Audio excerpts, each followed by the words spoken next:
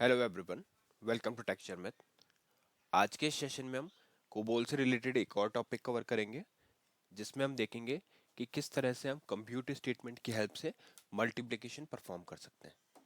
ठीक है। इससे पहले वाले सेशंस में भी हमने काफ़ी सारे कंप्यूटर स्टेटमेंट का यूजर्स देखा था। तो ये जो सेशन है उसके कंटिन्यूएशन में ही है, जहाँ पे हम मल्टीप्लिकेशन के बारे में समझने वाले हैं। जिन लोगों ने एडिशन सब्ट्रैक्शन पढ़ा है उनके लिए ये बहुत ही इजी रहेगा, क्योंकि ज़्यादा कुछ चेंजेस इसमें भी नहीं है। यहाँ पे जस्ट साइन चेंज हो जाता है मल्टीप्लिकेशन का। बट फिर भी हो सकता है आप में से कुछ लोग डायरेक्टली इस सेशन को देख रहे हैं, तो उनके लिए मैं एक बार पूरा स्क्रैच से बताऊंगा कि कैसे मल्टीप्लिकेशन परफॉर्म कर सकते हैं अपन कंप्यूटर स्टेटमेंट से। ठीक है। बट सेशन शुरू करने से पहले जस्ट एक रिक्वेस्ट है कि अगर आप लोगों ने अभी तक पहले वाले सेशंस वॉच नहीं करे हैं, तो आप पहले उनको वॉच कर सकते हो, क्योंकि ये जो सारी प्लेलिस्ट है ये एक प्रॉपर सीक्वेंस में सिंक में है। मतलब इसके जो भी सेशंस हैं वो सब कनेक्टेड हैं एक दूसरे से। तो अगर आप उसको सिक्वेंशियली ही फॉलो करोगे तो आपके लिए और भी ज़्यादा इजी रहेगा टॉपिक्स को समझना। ठीक है। तो यहाँ पे अगर आप देखोगे तो हमारे पास क्या लिखा हुआ है, एक TSCB PGM76 एक कोड लिखा हुआ है, जिसमें हमने पूरा बेसिक इसका प्रोग्राम हम इसमें स्क्रैच से बनाने वाले हैं। तो इसको मैं एडिट मोड में ले लेता हूँ और इसमें से पहले जो लॉजिक लिखा हुआ है इसको अपन हटा देते हैं यहाँ से, और फिर मैं आपको पूरा स्क्रैच से इसको वापस से लिख के बताऊंगा। ठीक है। तो ये मैंने डिलीट कर दिया। अभी अगर आप देखो तो यहाँ पे हमने क्या रखा हुआ है, एक तो हमने रखा है आइडेंटिफिकेशन डिवीजन। क्या होता है आइडेंटिफिकेशन डिवीजन? देखो, जब भी सोर्स की आइडेंटिटी या प्रोग्राम आइडेंटिटी रिलेटेड कोई भी इंफॉर्मेशन हमें स्टोर करनी होती है, तो वो हम करते हैं TSCB PGM76 के अंदर। ठीक है। तो यहाँ पे अपनी वो वैल्यू स्टोर होगी। अब आपको यहाँ पे दिख रहा है क्या क्या, प्रोग्राम आईडी हमारे पास TSCB PGM75, ऑथर है। तो प्रोग्राम आईडी क्या डिनोट करता है? प्रोग्राम के नेम को। ऑथर क्या डिनोट करता है? ऑथर के नेम को। दो चीज क्लियर है। उसी तरह से हो सकता है आपके पास और भी ऐसी इंफॉर्मेशन हो जो यहाँ पे आप स्टोर करना चाहो, और वो प्रोग्राम की आइडेंटिटी रिलेटेड है, तो आप उसको आइडेंटिफिकेशन डिवीजन में ही रखोगे। ठीक है। ये हो गया हमारा आइडेंटिफिकेशन डिवीजन ब्लॉक। उसके बाद में लाइन नंबर 5 से लेकर लाइन नंबर 7 तक हमारे पास क्या है? कमेंट लाइन है। ठीक है। तो कमेंट लाइन को कैसे स्टार्ट किया जा सकता है? आपको फर्स्ट पोजीशन से काउंट करना होता है। यहाँ से हम काउंट करेंगे 1 2 3 4 5 6 7, और सेवन्थ पे आप एस्ट्रिक प्लेस करते हो। ठीक है। सेवन्थ पे अगर जैसे मैं यहाँ भी एस्ट्रिक रखूंगा तो ये मेरी जो लाइन है वो कमेंट कंसिडर होगी। ठीक है। इसके बाद जो भी लिखूंगा मैं कमेंट ही होगा वो। तो इस पूरी लाइन को हमने कमेंट बना दिया, और इसके अंदर जस्ट एक बॉक्स लाइक स्ट्रक्चर के लिए मैंने यहाँ पे एस्ट्रिक्स का यूज किया इतने सारे। ठीक है। बट आपको मेन कमेंट स्टार्ट करने के लिए सिर्फ एक ही एस्ट्रिक की नीड है, जैसे यहाँ पे हमने यूज किया। ठीक है। तो ये तीनों लाइन कमेंट बनाकर हमने यहाँ पे टॉपिक का नेम डाल दिया, कंप्यूट फॉर बेसिक मल्टीप्लिकेशन। अब यहाँ से हम हमारा मेन पार्ट प्रोग्राम का स्टार्ट करेंगे, और इधर आपने देखा लास्ट में हमने स्टॉप रन लिखा हुआ है जो प्रोग्राम के टर्मिनेशन को स्टॉप करता है। ठीक है। तो अब कोई भी एग्जांपल समझने के लिए हमें कुछ वेरिएबल्स की नीड होती है। तो यहाँ पे पहले वेरिएबल्स बनाने के लिए हम डेटा डेटा डिवीजन ब्लॉक बनाएंगे। तो यहाँ लिखते हैं डेटा डिवीजन। ठीक है। ये हमारा आ गया डेटा डिवीजन ब्लॉक। अब इसको इंसर्ट करते हैं यहाँ पे एक लाइन। ठीक है। यहाँ से करते हैं पेज डाउन, और फिर कुछ ब्लैंक लाइन इंसर्ट कर लेते हैं, जिससे हम हमारा पूरा लॉजिक लिख पाए। यहाँ पे I20 मैंने यहाँ पे किया, और यहाँ पे हम इसको अब आगे प्रोसीड करेंगे।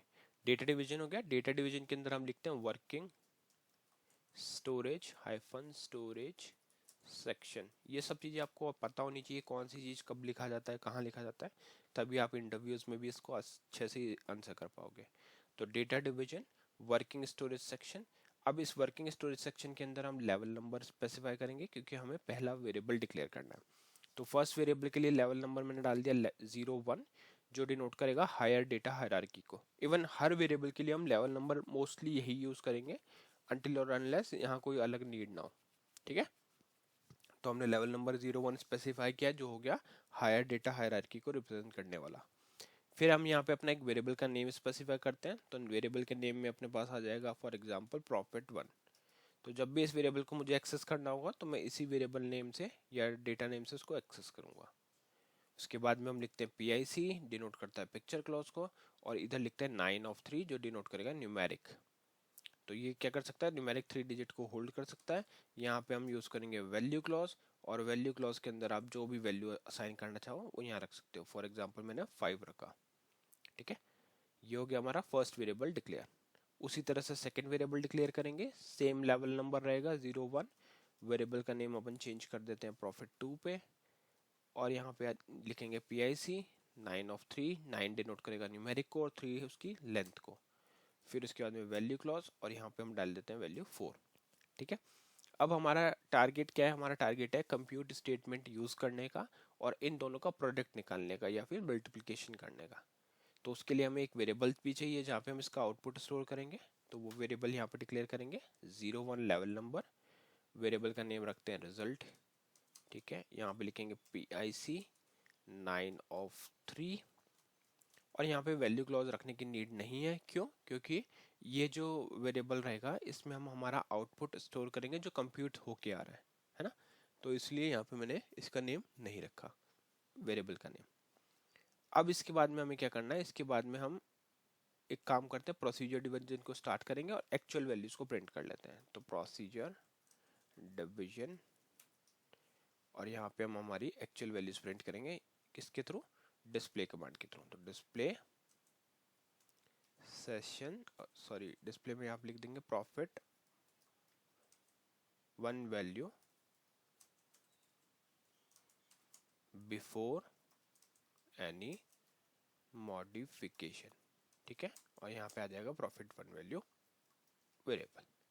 ठीक है, ये जस्ट हम क्या कर रहे हैं? प्रिंट कर रहे हैं दोनों वैल्यूज को पहले मल्टीप्लिकेशन से पहले, जिससे अपने को आउटपुट स्क्रीन पे प्रॉपरली सब शो हो जाए।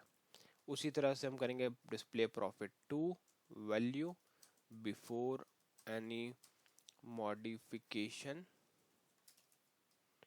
और यहाँ पे ये जो सेमी कॉलन जो हम यूज़ कर रहे हैं वो ऐसा नहीं कि मैंडेटरी, आप चाहो तो हटा भी सकते हैं इसको। ठीक है, और यहाँ पे लगा देते हैं फिर से कॉमा अपोस्ट्रोफी, और यहाँ लिखेंगे प्रॉफिट 2। ठीक है, दोनों वैल्यूज प्रिंट हो जाएगी। दोनों वैल्यूज को प्रिंट करने के बाद में हम हमारा कंप्यूट स्टेटमेंट का यूज़ करेंगे। तो उसके लिए आपको यहाँ पे लिखना पड़ेगा कंप्यूट। कंप्यूट किस में करेंगे? रिजल्ट में आएगा आउटपुट, और यहाँ पे लिख देंगे प्रॉफिट 1 इंटू, इंटू के लिए एस्टेरिक यूज होगा, प्रॉफिट 2। देखो जी, ये सारे टॉपिक जो है वो है इजी बहुत, आपको लाइन देखकर ही समझ में आ जाएगा कि प्रॉफिट 1 और प्रॉफिट 2 का मल्टीप्लिकेशन होगा और उसको स्टोर कर देगा रिजल्ट में।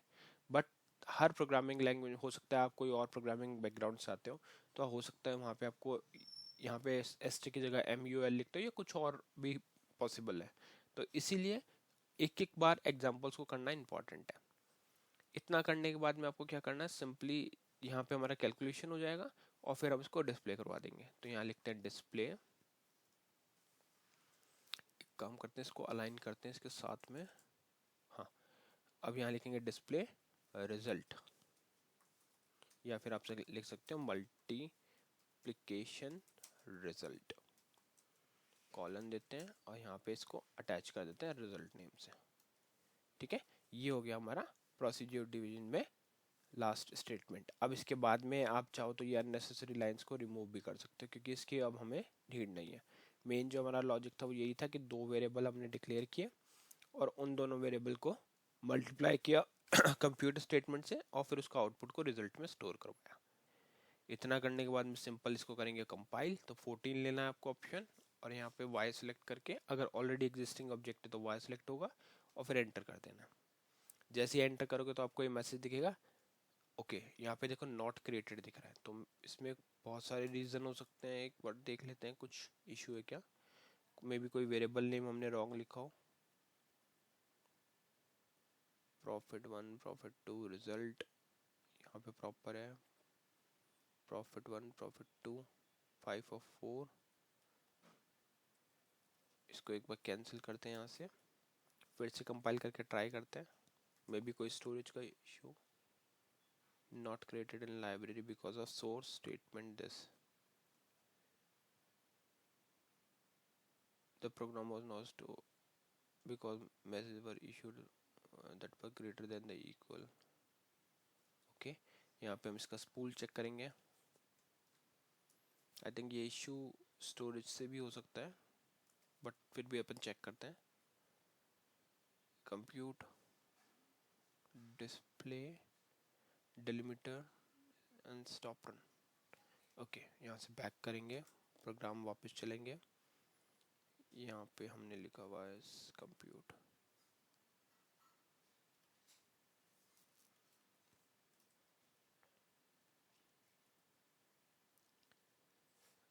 Procedure division, data division, working storage section,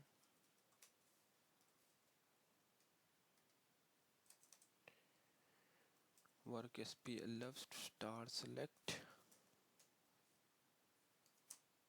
ठीक है, इसको मैं देखता हूँ एक मिनट। ओके, सो यहाँ पे देखेंगे तो डेटा डिवीजन की स्पेलिंग में मिस्टेक है, तो इसको ठीक करते हैं यहाँ से वापस जाके। इधर हमने डेटा डिवीजन को गलत लिखा हुआ है, इसीलिए वो एरर दे रहा था। तो यहाँ लिखा डेटा डिवीजन, और इसको करेंगे अब कंपाइल। अभी ये कंपाइल हो चुका है सक्सेसफुली। ठीक है, इसको कॉल करेंगे तो आउटपुट क्या आ रहा है? Profit 1 value before any modification is 5, profit 2 value before any modification is 4, और आउटपुट आ रहा है मल्टीप्लिकेशन रिजल्ट 20। ठीक है, तो इस तरह से हम कंप्यूटर स्टेटमेंट की हेल्प से बेसिक मल्टीप्लिकेशन परफॉर्म करते हैं। आई होप ये सेशन क्लियर हुआ होगा। नेक्स्ट सेशन में हम बाकी टॉपिक डिस्कस करेंगे। So thank you for watching टेक्शन में।